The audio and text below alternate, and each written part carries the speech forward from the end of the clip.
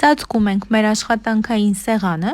և աշխատանքը սկսելուց առաջ մաքրում ենք մեր սիլիկոնե կաղապարը։ Սիլիկոնե կաղապարը մաքրում ենք թափանցիկ սկոտչի միջոցով, այն չի կարելի սրբել, լվանալ կամ որևիցե այլ ձևով մաքրել, միայն թափանցիկ սկոտչի միջոցով, ինչպես ես հիմա ցույց եմ տալիս։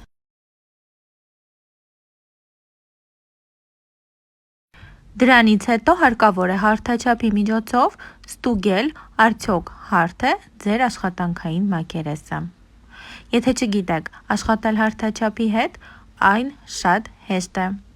Հարթաչափի մեջ կա պղպջակ,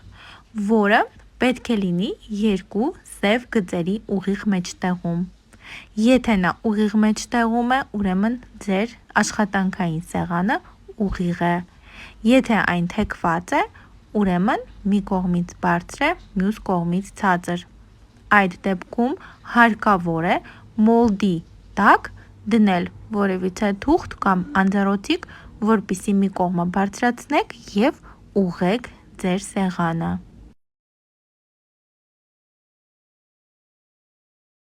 Ծաղիկներով սեղան պատրաստելու կա երկու եղանակ։ Առաջինը, երբ ծաղիկները դնում եք գլուխները վերև, երկրորդը, երբ ծաղիկները դնում եք գլուխները ներքև։ Հիմա եկեք հասկանանք այդ երկու ձևերի տարբերությունը։ Եթե դուք աշխատում եք բարձր ծավալուն ծաղիկներով և դնեք գլուխները ծաղիկների դեպի վերև, ապա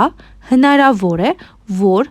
ծաղիկները ավելի բարձր լինեն, քան ձեր մոլդի բարձրությունն է և հետագայում հարկավոր լինի տաշել։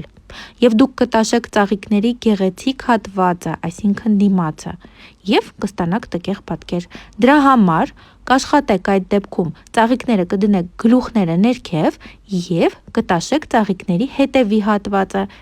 իսկ դիմացի հատվածը կմնա գեղեցիկ, և այդ դեպքում ձեր սեղանի երեսը կլինի սեղանի հատակը։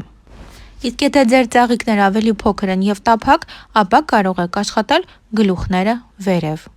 Այժմ երկրորդ նրբության մասին։ Եթե դուք որևիցե բան եք դնելու ձեր սեղանի մեջ, մեր դեպքում մենք դնելու ենք ծաղիկներ, ապա մենք պարտավոր ենք աշխատել շերտերով։ Եթե դուք լցնեք ամբողջ սեղանի հաստությունը և ծաղիկները տեղադրեք խեժի մեջ, նրանք կբարձրանան վերև, խեժը կիջնի ներքև և դուք կունենաք ոչ թե ծաղիկները խեժի մեջ, այլ ծաղիկները խեժի վրա։